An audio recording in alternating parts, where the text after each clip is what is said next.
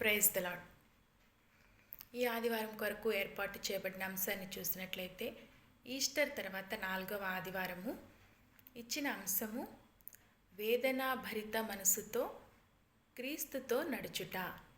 Bible పట్టణములు ఇర్మియా గ్రంథము 31వ అధ్యాయము 1 నుంచి 6 వచనముల వరకు.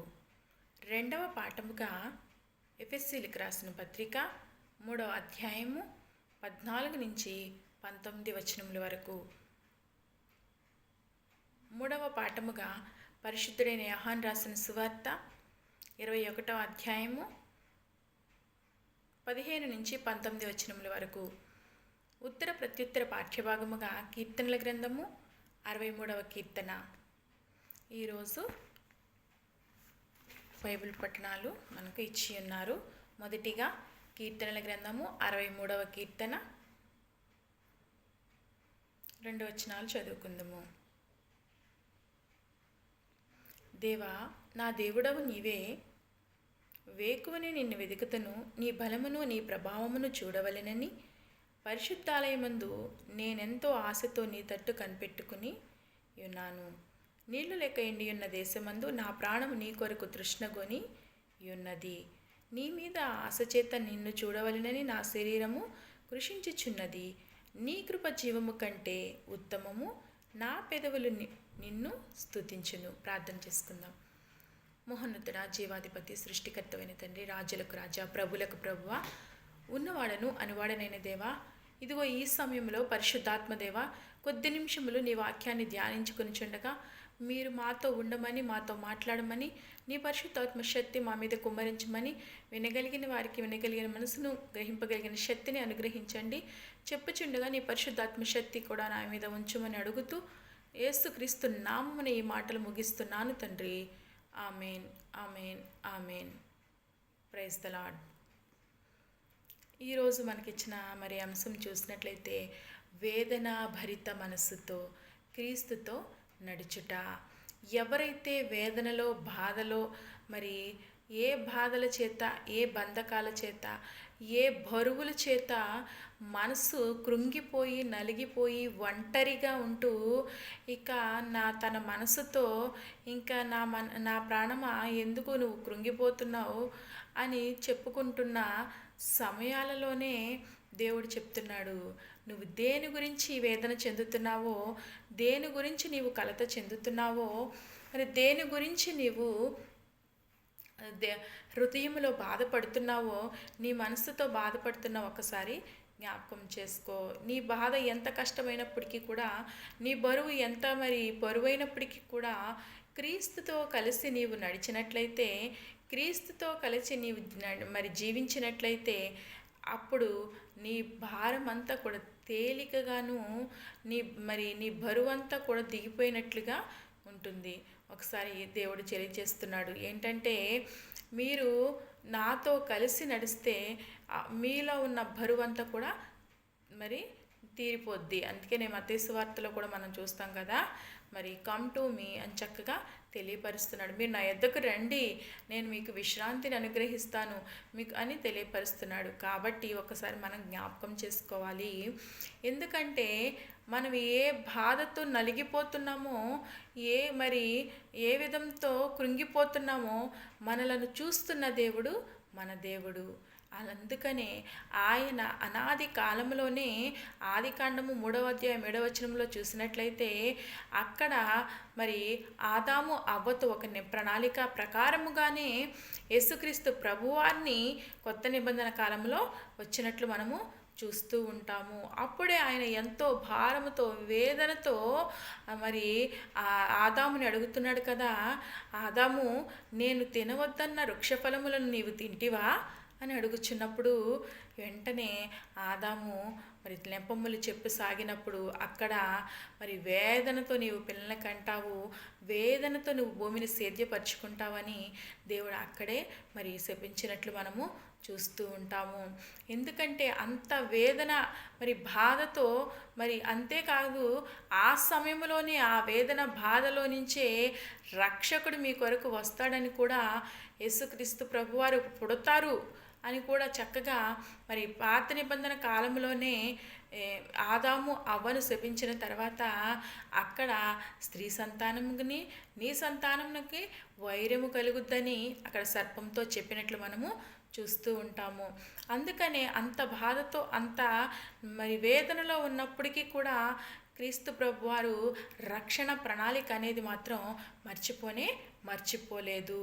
మనం కూడా అనుకుంటాము మన భారముతో మనం ఎన్నో సమస్యలతో నెత్తి మీద ఇన్ని సమస్యలు పెట్టుకుని నలిగిపోతూ అయ్యో ఇక మా పని అయిపోయింది అని వేదనతో కృంగిపోతూ మనసులో ఏం చేస్తూ ఉంటామంటే మరి మనమే కృంగిపోతూ అలసిపోతూ ఉంటాము. కాబట్టి దేవుడు తెలియపరుస్తున్నాడు ఏంటంటే మీరు నాతో కలిసి నడిస్తే మీరు ఎంత తేలిగ్గా ఉంటుందో మీ మనసు అనేది తెలియపరుస్తున్నాడు. నిజమే కదా. మరి దేవునితో కలిసి మనము నడవాలి. అయితే మనం చూసినట్లయితే చక్కగా తెలియపరుస్తూ ఉంటాడనమాట. ఏంటంటే ఇర్మీయా గ్రంథము 31వ అధ్యాయము 1 నుంచి 6 వచనాలు మనకిచ్చిన మొదటి పాఠం చూసినట్లయితే ఇక్కడ యెహోవా వాక్కు ఏమైందంటే ఆనాడు ఇశ్రాయేలులందరికీ దేవుడై ఉందునని అప్పుడు వారు నాకు ప్రజలై ఉంటారని అక్కడ తెలియపరుస్తున్నట్లు చూస్తాం. ఇర్మీయాకు ప్రత్యక్షమై తెలియపరుస్తుంది. ఏంటంటే నేను వారి ఎడల ఎలా ఉన్నాడో చూపిస్తున్నాడు. చూడండి 3వ వచనంలో చూసినట్లయితే చాలా కాలం క్రిందట యెహోవా నాకు ప్రత్యక్షమై ఇట్లా నేను శాశ్వతమైన ప్రేమతో నేను నిన్ను ప్రేమించుచున్నాను కనుక వీడువక నీ ఎడల కృప చూపుచున్నాను అని తెలియపరుస్తున్నాడు. చూసారా, దేవుడు ఏం చేస్తున్నాడంటే మరి ఆనాడు మరి కానాను ప్రదేశానికి నడిపిస్తానని చెప్పి ఇశ్రాయేలు ప్రజలను మరి అరణ్య ప్రదేశంలో 40 సంవత్సరాలు తిప్పారు. అంతేకాదు ఐగుప్తులు 430 సంవత్సరాలు ఇశ్రాయేల్ ప్రజలు బానిసత్వాన్ని మరిగా ఉన్నట్లు చూస్తూ ఉంటాము.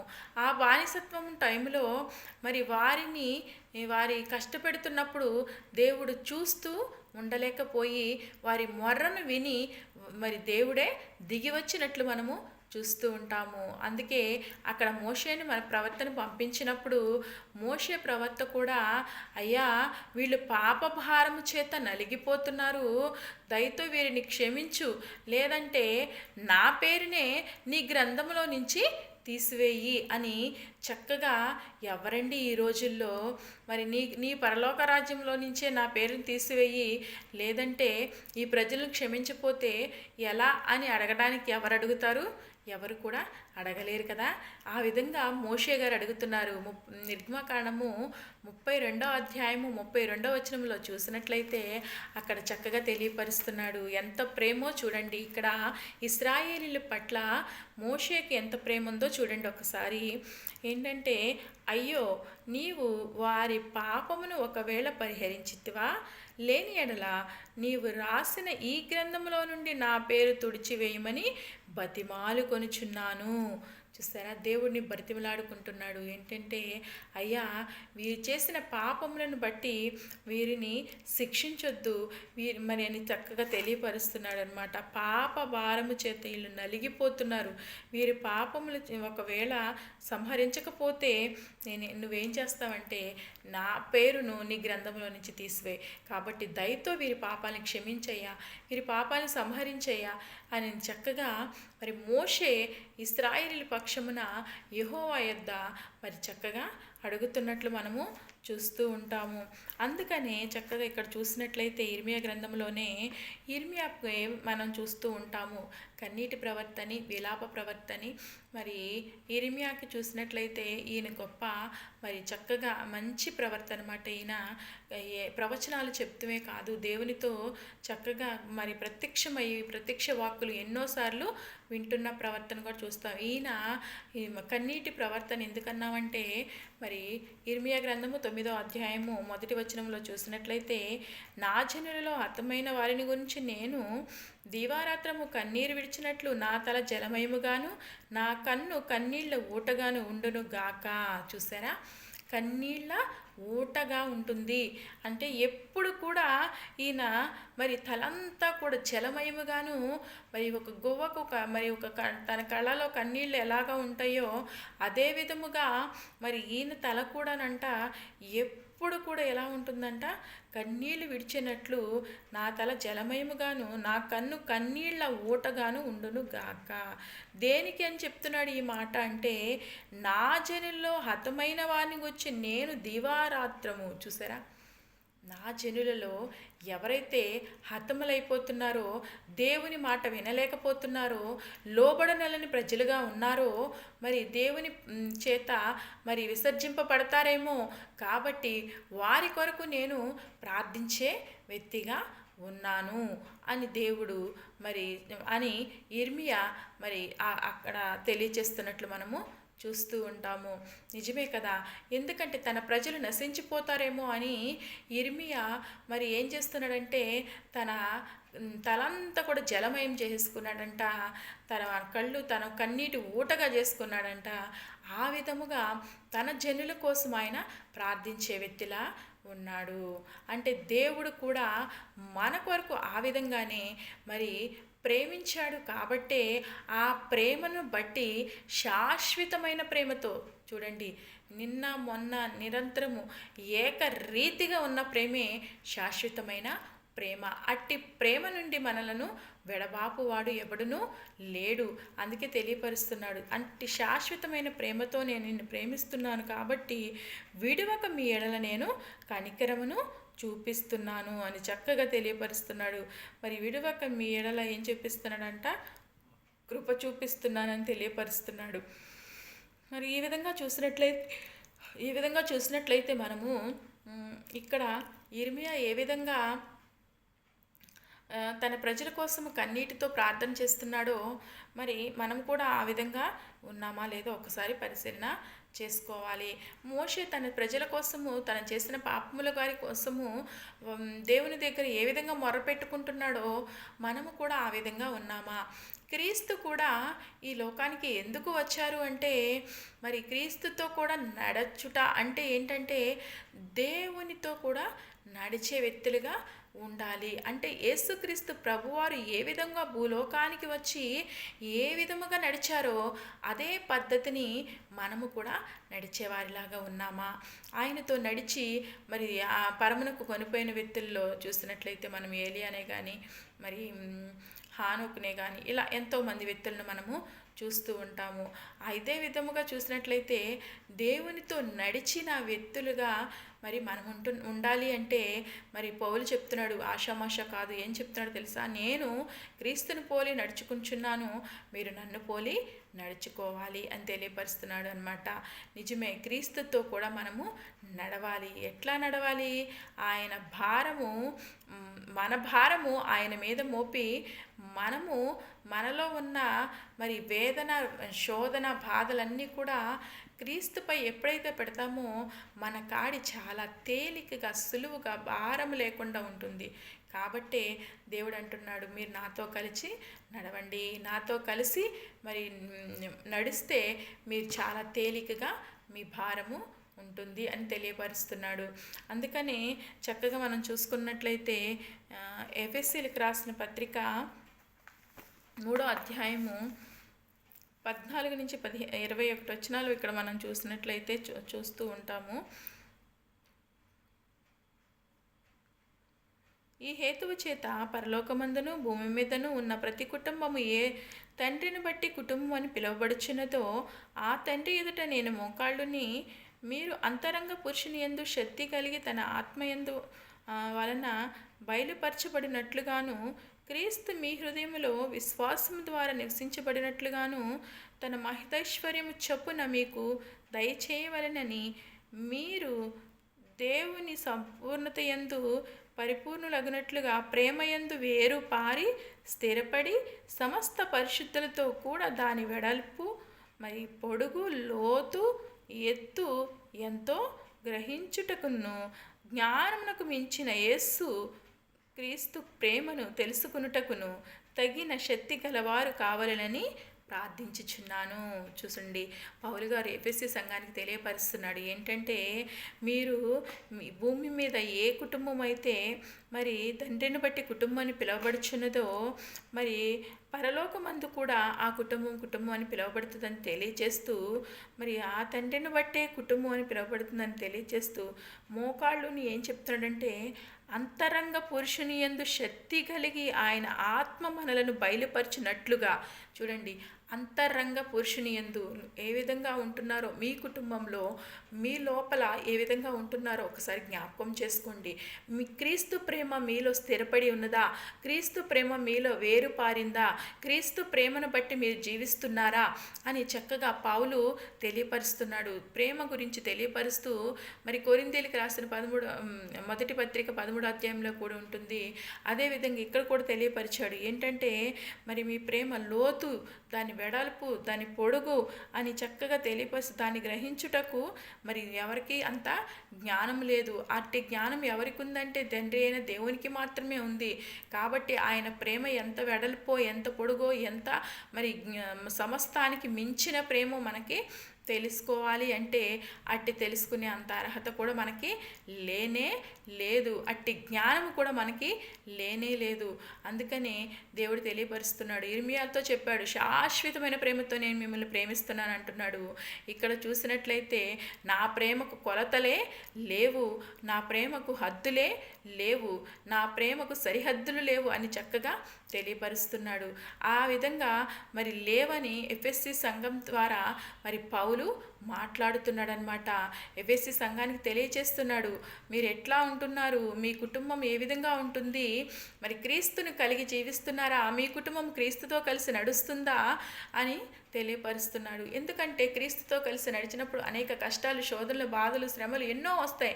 కానీ అవన్నీ కూడా క్రీస్తుతో మనము కలిసి నడుస్తున్నట్లయితే, క్రీస్తుతో కలిసి మనము ఉండినట్లయితే, క్రీస్తుతో మరి ఏ విధంగా ప్రయాణం చేస్తే అప్పుడు మనకి అంత మరి బరువు కానీ భారము కానీ ఉండదు అని తెలియపరుస్తున్నారనమాట. ఆ విధముగానే మనం చూసినట్లయితే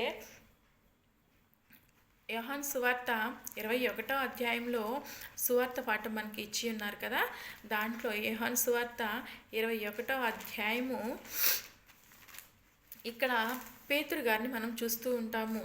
అంటే బర్యోనా అంటే మరి చక్కగా సీమోను అని పేతురు అనమాట. ఈయన ఏం చేస్తున్నాడంటే మరి చక్కగా మనం చూస్తూ ఉంటాము. 21వ అధ్యాయము 15 నుంచి 19 వచనాల వరకు. వారు భోజనం చేసిన తర్వాత యేసు సీమోను పేతురును చూచి, యోహాను కుమారుడైన సీమోను, వీరికంటే నీవు నన్ను ఎక్కువగా ప్రేమించుచున్నావా అని అతన్ని అడుగగా, అవును ప్రభువా, నేను నిన్ను ప్రేమించుచున్నాను అని తెలియపరుస్తున్నాడు. చూడండి, మరి పేతురుని చూసి అడుగుతున్నాడు కదా, ఏంటి యోహాను కుమారుడైన సీమోను, నీవు వీరికంటే నన్ను ఎక్కువగా ప్రేమిస్తున్నావు అంటే, అవును ప్రభువా, నిన్ను ప్రేమిస్తున్నాను అంటాడు. అదే ఈ విధముగా ముమ్మారు జరిగినప్పుడు వెంటనే మరి పేతురుకు కూడా కోపం వచ్చి వ్యసనపడి ఏం చేశాడంటే, మూడవసారి, ప్రభువా, నీవే సమస్తం నెరిగిన వాడువు కదా, నీకు తెలుసు కదా నేను ప్రేమిస్తున్నానో లేదో అని వెంటనే మళ్ళీ వ్యసనపడి చెప్పినప్పుడు, మరి నేను ప్రేమిస్తున్నాను నీకే తెలుసు అన్నప్పుడు యేసు, నా గొర్రెలను మేపుము అని తెలియపరుస్తున్నాడు. చూడండి, మొదటేమో నా గొర్రెలను చక్కగా తెలియపరుస్తాడనమాట. ఆయన మొదట ఏం చెప్తుంది, నన్ను ప్రేమిస్తున్నావా అని అడిగినప్పుడు ఏం చెప్పాడంటే, నా గొర్రె పిల్లలను మేపమని చెప్తాడు. రెండవసారి ఏమో మరి చక్కగా ఏమని చెప్తాడంటే, గొర్రెలను కాయము అని చెప్తాడు. మూడవసారి ఏమని చెప్తున్నాడంటే, మరి నా గొర్రె పిల్లలను చక్కగా రాశాడు కదా, నా గొర్రెలను మేపుము, మేపే మరి పచ్చిక గల చోట్ల ఆయన మనలను పరుండ చేస్తాడు. శాంతికరమైన జలముల యొద్ద మనలను ఆయన నడిపిస్తే దేవుడై ఉన్నాడు. కాబట్టే ఇక్కడ చూడండి, మరి నా గొర్రెలను మేపు అని మరి పేతురికి తెలియపరుస్తున్నట్లు మనం చూస్తాము. అంటే పేతురులో ఉన్న మరి ఎప్పుడైతే యేసుక్రీస్తు ప్రభువాన్ని సిలువకు అప్పగించాలని చూశాడో ఆ సమయంలోనే పేతురికి మరి మరి ఎదురైన సమస్యలు బట్టి 3 సార్లు క్రీస్తును ఎరుగునని అబద్ధం చెప్పినట్లు చూస్తాము. అదే విధముగా ఇక్కడ చూసినట్లయితే యేసుక్రీస్తు ప్రభువారు పునరుద్ధానుడైన తర్వాత పేతురుతో మాట్లాడుతున్నప్పుడు మరి సీమోను కుమారుడు మరి అక్కడ తెలియపరుస్తుంది, యోహాను కుమారుడైన సీమోను, నీవు నన్ను ప్రేమిస్తున్నావా అని చక్కగా అడుగుతున్నప్పుడు ఆ సమయంలో 3 సార్లు మరి చక్కగా యేసుక్రీస్తు ప్రభువారు కూడా పేతురికి కలిగిన మరి జ్ఞాపకం చేసుకునేటట్లుగా ఆయన మాట్లాడినట్లు చూస్తూ ఉంటాము. అదేవిధంగా మనం చూసినట్లయితే ఈ విధముగా యేసుక్రీస్తు ప్రభువారు ప్రత్యక్షమైన తర్వాత ఆయన అనేక పర్యాయములు మరి అందరికీ కనిపిస్తూ మరి ఎవరితో ఎట్లా ఏ విధముగా మరి క్రీస్తుతో మరి ఏ విధంగా నడవాలో క్రీస్తుని గురించి మరి చక్కగా తెలియపరుస్తూ ఉన్నట్లు మనం చూస్తాము. అంతేకాదు లూకా సువార్త 22వ అధ్యాయంలో మనం చూసినట్లయితే క్రీస్తు మరి కూడా మన కొరకు ఎంతో వేదన పడ్డారు. ఆయన ఎంత వేదన పడ్డారంటే ఆయన వేదన భారము మనం చూసినప్పుడైతే అక్కడ 22వ అధ్యాయము 44వ వచనం చూసినట్లయితే, అయినను నా ఇష్టము కాదు నీ చిత్తమే సిద్ధించును గాక అని ప్రార్థించెను. అప్పుడు పరలోకము నుండి ఒక దూత ఆయనకు కనబడి ఆయనను బలపరచెను. ఆయన వేదనపడి మరింత ఆతృతగా ప్రార్థన చేయగా ఆయన చెమట నేల పడుచున్న గొప్ప రక్త బిందువుల వలె ఆయను. చూసారా, ఆయన ఎంతగానో అయ్యా నాకు మరి సిలువకి వెళ్లే ముందు ఆయన గెత్సెమనే వనములో ప్రార్థన చేస్తున్న సమయంలో ఈ పాత్రను నీ చిత్తమైతే తీసివేయ్యా, ఇదిగో ఇది నేను భరించలేనయ్యా అని ప్రార్థన చేస్తున్న సమయంలో ఆయన మళ్ళీ అంటున్నాడు కదా, అయ్యా మరి నీ చిత్తమే సిద్ధించాలి, నా మాట నీ కాదు కానీ అని తెలియపరుస్తూ మరి చక్కగా ప్రతి విషయం గురించి మాట్లాడుతూ అప్పుడు ఏమంటాడంటే ఆయన వేదనపడి మరింత ఆతృతగా ప్రార్థన చేస్తున్నాడంట. మరి వేదన చూసారా, వేదన అనేది అనేక వేదనలు ఉంటాయి. ప్రసవ వేదన పడతారు కొంతమంది స్త్రీలు, భరించలేని వేదనలో ప్రసవ వేదన పడతారు. అదే విధముగా చూసినట్లయితే దినవృత్తాంతుల గ్రంథంలో మరి ఎబ్బేజు తల్లి కూడా మరి వేదన అని పెట్టడానికి కారణం ఏంటంటే ఆమె ఎంతో వేదన పడిందంట మరి ఎబ్బేజుని కనడానికి. అందుకని ఎబ్బేజు పేరు కూడా వేదన అనే పేరు పెట్టింది. మనం ఆలోచన చేయాలి. మరి ఎంతో వేదన పడతారు, ఆ వేదన గురించి మనకి వర్ణించలేనిదనమాట. ఇక్కడ చూస్తే యేసుక్రీస్తు ప్రభువారు కూడా మరి వేదన పడి ఏం చేశాడంటే మరింత ఆతృతగా ప్రార్థన చేస్తున్న సమయాలలో ఆయన చెమట రక్త బిందువుల్లాగా కారిపోయిందంట. ఒకసారి ఆలోచించండి. క్రీస్తు ప్రభువారు నా పాపముల నిమిత్తం ఈ లోకానికి వచ్చి దినమెల్లా మన కొరకు చేతులు చాపుతూ పిలుస్తూ ఉంటే మనమేం చేస్తున్నామంటే క్రీస్తుతో నడవటానికి ఇష్టం లేకుండా ఆయన చెయ్యి మనల్ని పట్టుకోమని మనకి చెయ్యి ఇస్తున్నా కూడా ఆ చెయ్యిని మనం త్రోసిపుచ్చేవారిలాగా ఉంటున్నాము. అందుకే లోబడనల్లని ప్రజల వైపు దినమెల్లా ఆయన చేతులు చాపి పిలుస్తున్నాడంట. యెషయా గ్రంథంలో మనము చూస్తూ ఉంటామన్నమాట. ఎవరైతే లోబడట్లేదో వారి కొరకు ఆయన ఏం చేస్తున్నాడంట, దినమెల్లా చేతులు చాపి పిలుస్తున్నాడంట. ఒకసారి జ్ఞాపకం చేసుకోవాలి, మనము ఆయన పిలిచిన పిలుపుకు తగినట్లుగా జీవిస్తున్నామా లేదా ఒకసారి మనమే పరిశీలన చేసుకోవాలి. ఎందుకంటే దేవుడుతో కలిసి నడిస్తే మనకున్న సమస్యలే కానీ కష్టాలే కానీ మరి ఏవైనా కూడా మనలను ఏమీ చేయలేవు. దేవునితో ఎప్పుడైతే మనం కలిసి నడుస్తామో అప్పుడు మనకి మరి చాలా నెమ్మది సమాధానం అనేది ఉంటుంది. ఫిలిప్పీలకు రాసిన పత్రిక 3వ అధ్యాయము చూసినట్లయితే మనము 15-18 చూసినట్లయితే, కాబట్టి మనలో సంపూర్ణమైన వారు అందరము ఈ తాత్పర్యము కలిగి ఉందము. అప్పుడు దేని గుర్చేనను మీరు తాత్పర్యము కలిగి ఉన్నడలా అదియు దేవుడు మాకు బయలుపరచెను. అయినను ఇప్పటి వరకు మనకు లభించిన దానిని బట్టి క్రమముగా నడుచుకుంటున్నాము. చూసారా, మనం సంపూర్ణంగా దేవునితో నడవాలి అంటే మనము దేవుని యొక్క తాత్పర్యమును మనం కలిగి జీవించాలి. క్రీస్తు యేసుకొనందు ఉన్నతమైన పిలుపునకు కలిగి బహుమానము పొందాలంటే మనం ఆ గురి యొద్దకు మనం పరిగెత్తాలి అంటే ఆయనకు కలిగిన మనస్సు మనం కలిగి మనం సంపూర్ణంగా ఎప్పుడైతే దేవుణ్ణి వెతుకుతామో అప్పుడు దేవుడు మనకి దొరుకుతాను అంటున్నాడు. దేవునితో కలిసి నడిస్తే మన యొక్క పాప భారాన్ని అంతా కూడా తీసివేస్తానంటున్నాడు. మన కొరకు ఆయన మరి చక్కగా యెషయా గ్రంథంలో చూస్తాం కదా, మరి 65:2 కూడా చూస్తాము. యెషయా గ్రంథం 53:12 కూడా చూస్తాము. తిమోతికి రాసిన మొదటి పత్రిక 2:1 కూడా మనము చూస్తూ ఉంటాము. ఈ విధంగా చూసినట్లయితే మరి దేవుడు తెలియపరుస్తున్నాడు కదా, మన ఎడల ఆయన కనికరాన్ని చూపించి, మన ఎడల తన ప్రేమను చూపించి ఆయన ఈ లోకానికి వచ్చారు. కాబట్టే మనం ఏ విధంగా ఉన్నామో ఒకసారి మనమే పరిశీలన చేసుకోవాలి. మన బ్రతుకులు నీరు లేక ఎండిపోతున్న మన బ్రతుకులకి చిగురింపు చేయాలి అంటే అది క్రీస్తు వల్ల మాత్రమే అవుతుంది. కాబట్టి మనము యేసుక్రీస్తు ప్రభువారితో కలిసి నడిస్తే మనం ఎప్పుడు ఉబుకుచుండు నీటి ఊటవలే ఉంటాము అని దేవుడు తెలియపరుస్తున్నాడు. ఆ పునరుద్ధానుడైన క్రీస్తుతో కూడా మనం నడిచే వారిగా ఉండాలి అని ఈరోజు దేవుడు మనలను కోరుకుంటున్నాడు. అట్టి కృప మనందరికీ కలగాలి అంటే మన హృదయాలు సిద్ధం చేసుకుంటూ, మన కుటుంబాలను సిద్ధం చేసుకుంటూ, మన సంఘాలను సిద్ధం చేసుకుంటూ దేవుని వైపు నడిచే బిడ్డలంగా ఉండాలి. అట్టి కృపను మనమందరము స్వతంత్రించుకోవాలి. అట్టి ప్రేమను మనమందరము పొందుకోవాలి. అంత మరి ఉచితమైన కృపను, ఉచితమైన ప్రేమను మనకు అనుగ్రహిస్తున్నప్పుడు మనము ఏ విధముగా దానిని దూరం చేసుకుంటున్నాము ఒకసారి జ్ఞాపకం చేసుకోండి. ప్రభువా, మరి నీవు నాతో కలిసి వస్తున్నప్పటికీ కూడా, నీవు నా చేయి పట్టుకోవాలని ఆశపడుతున్నప్పటికీ కూడా, దినమెల్లా నా కొరకు నువ్వు చేతులు చాపుచున్నప్పటికీ కూడా మేము ఏ విధంగా ఉంటున్నాము? మేము నిన్ను త్రోసిపుచ్చే విధంగా ఉంటున్నామా? పాప భారం చేత నలిగిపోతున్న మమ్ములను నీవు కాపాడడానికి ఈ లోకానికి వచ్చావు. అయినప్పటికీ కూడా మేము ఎరుగక గ్రుడ్డితో వారిలాగా ఉంటున్నామేమో. ఒకసారి మా కనులకున్న పొరలను తీసివేయండి ప్రభువా అని మనం ప్రార్థన చేసుకుంటూ, ఆయన నిత్యమైన శాశ్వతమైన ప్రేమ మనకి ఎల్లప్పుడూ తోడుగా ఉండాలని కోరుకుంటూ ఆయన వైపు తిరిగే బిడలుగా మనము ఉండాలి. ఎప్పుడైతే ఆయన వైపు తిరిగి నీ ప్రేమతో నన్ను ప్రేమిస్తున్నావని, ఈ లోక ప్రేమలన్నీ కూడా మోసపూరితమైనవి, మరి క్షణం మాత్రమే కలిగినవి, అవి ఎందుకు పనికిరాని ప్రేమలే. కాబట్టి ఆ ప్రేమ కాదు మనకు కావాల్సింది, శాశ్వతమైన ప్రేమ. అది క్రీస్తు ప్రేమ. ఆయన కలువరి గిరిలో మన కొరకు తన ప్రాణాన్ని చిందించిన ప్రేమ, మన కొరకు తన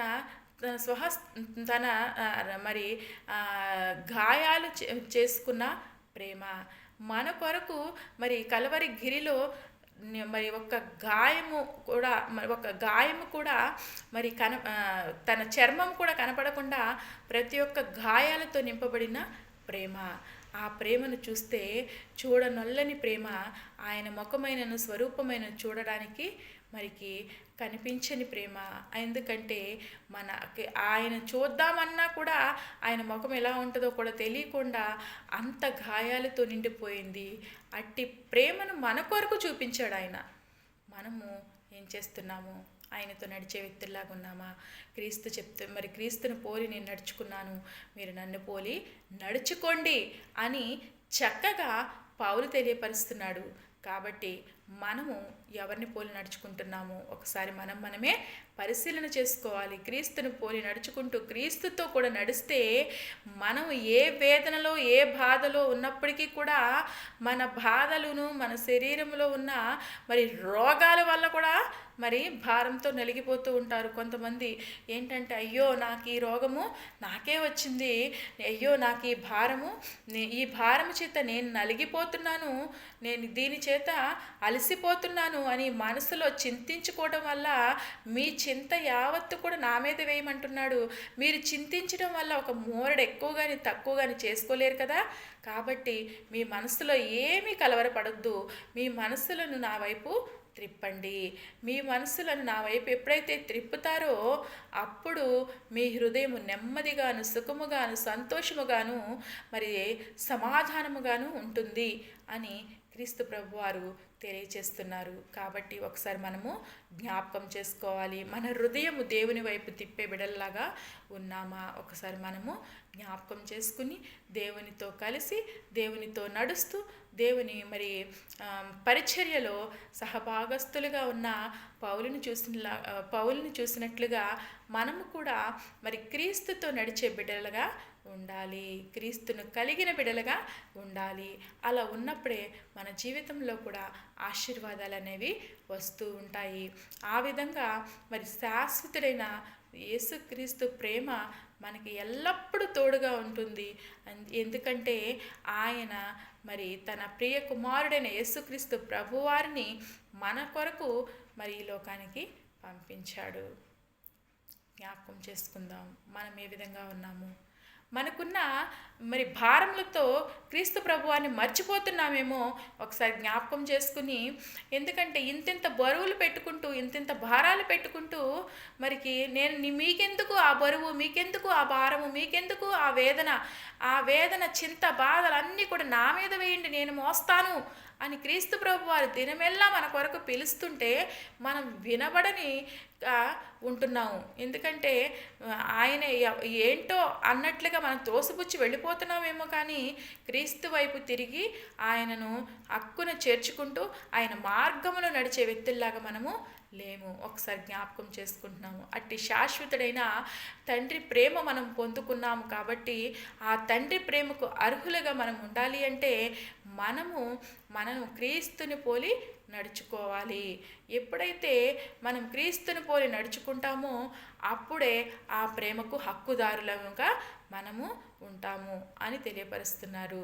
కాబట్టి మనం ఆ విధంగా ఉండాలని కోరుకుంటూ మరి కొద్ది మాటలు నజరేయుడైన యేసుక్రీస్తు నామమున మీ ముందు ఉంచడానికి ఎంతగానో సంతోషిస్తూ నేను ముగిస్తున్నాను. Praise the lord, praise the lord. చిన్న ప్రార్థన. మహోన్నతుడ, జీవాధిపతి, సృష్టికర్త, ఇదిగో ఈ కొద్ది మాటల్లోనైనా మాకేమైనా దోషాలు మరి ఏమైనా ఉంటేనైనా క్షమించండి. ఎందుకంటే మా పాపములన్నీ కూడా నమ్మదగిన వాడు నీవే కదా ప్రభువా. అయ్యా, మా పాపములు మేము ఒప్పుకుంటే వాటిని క్షమించి సమస్త దుర్నీతుల నుండి మమ్మల్ని పవిత్రులుగా చేస్తానన్నారు కదా ప్రభువా. అయ్యా, ఇదిగోనైనా ఈ సమయంలోనైనా మా పాపాలన్నింటినీ మీ ఎదుట పెట్టుకుంటున్నాం ప్రభువా. వాటిని క్షమించి అయ్యా మీ బిడ్డలుగా మమ్మల్ని ఉంచి మీతో కలిసి నడిచే కృపను మాకు అనుగ్రహించమని నజరేయుడైన యేసుక్రీస్తు నామమున అడిగి వేడుకొని ప్రార్థిస్తున్నాం తండ్రి. ఆమేన్, ఆమేన్, ఆమేన్. Praise the lord.